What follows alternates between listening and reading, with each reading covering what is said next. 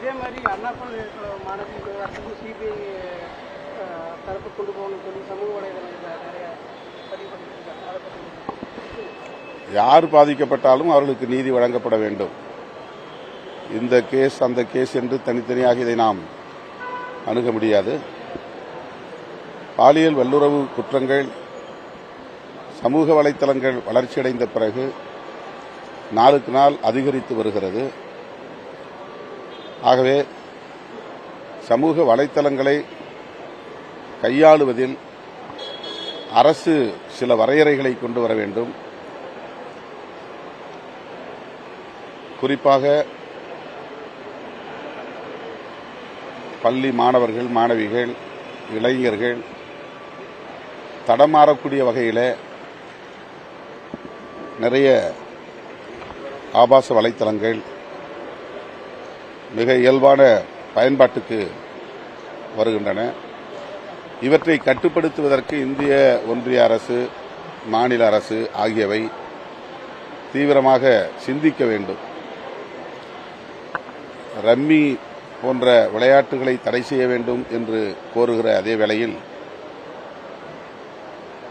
சமூக வலைத்தளங்களில் பரவுகிற ஆபாச வலைத்தளங்களின் விளம்பரங்கள் போன்றவற்றை தடை செய்ய வேண்டும். அந்த வலைத்தளங்களை முற்றாக பயன்படுத்தாத அளவுக்கு ஒரு கட்டுக்குள்ளே கொண்டு வர வேண்டும்.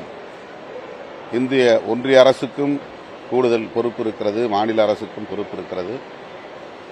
ஆகவே பாலியல் குற்றங்கள் பெருகுவதற்கு இவையும் முக்கியமான காரணமாக உள்ளன என்பதை கருத்திலே கொள்ள வேண்டும். தொடர்ந்து பள்ளிகளில் வந்து பார்த்தீங்கன்னா ஆர்எஸ்எஸ் பயிற்சி வகுப்பு நடத்தியிருக்காங்க.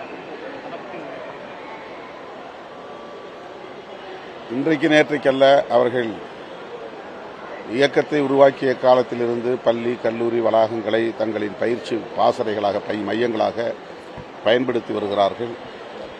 நான் சென்னையிலே விடுதியில் தங்கியிருந்த போதே ஒரு கல்லூரி மாணவனாக என்னுடைய அறைக்கே வந்து ஆர்எஸ்எஸ் தொண்டர்கள் மாணவர்களை அழைக்க வந்த நிலையில் என்னையும் பயிற்சிக்கு வாருங்கள் என்று அழைத்திருக்கிறார்கள்.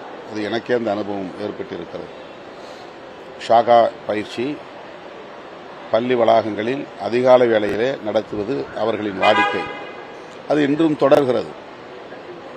அவர்கள் மதவாத கருத்துக்களை இதன் மூலம் பரப்புகிறார்கள். வெறும் யோகா சொல்லித் தருவதாக அல்லது ட்ரில் பயிற்சி கற்றுத் தருவதாக மேலோட்டமாக சொல்லப்பட்டாலும் மதவாத அரசியலை அவர்கள் பிஞ்சு உள்ளங்களிலேயே திணிக்கிறார்கள்.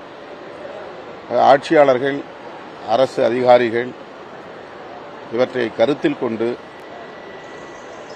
பள்ளி கல்லூரி மாணவர்களிடையே பரவக்கூடிய மதவாத அரசியலை தடுப்பதற்கு உரிய நடவடிக்கைகளை மேற்கொள்ள வேண்டும். பிளே ஸ்டோர் மற்றும் ஆப் ஸ்டோரில் இருந்து பாலிமர் செயலியை QR கோடு மூலம் பதிவிறக்கம் செய்யுங்கள். செய்திகளை உடனுக்குடன் பெறுங்கள்.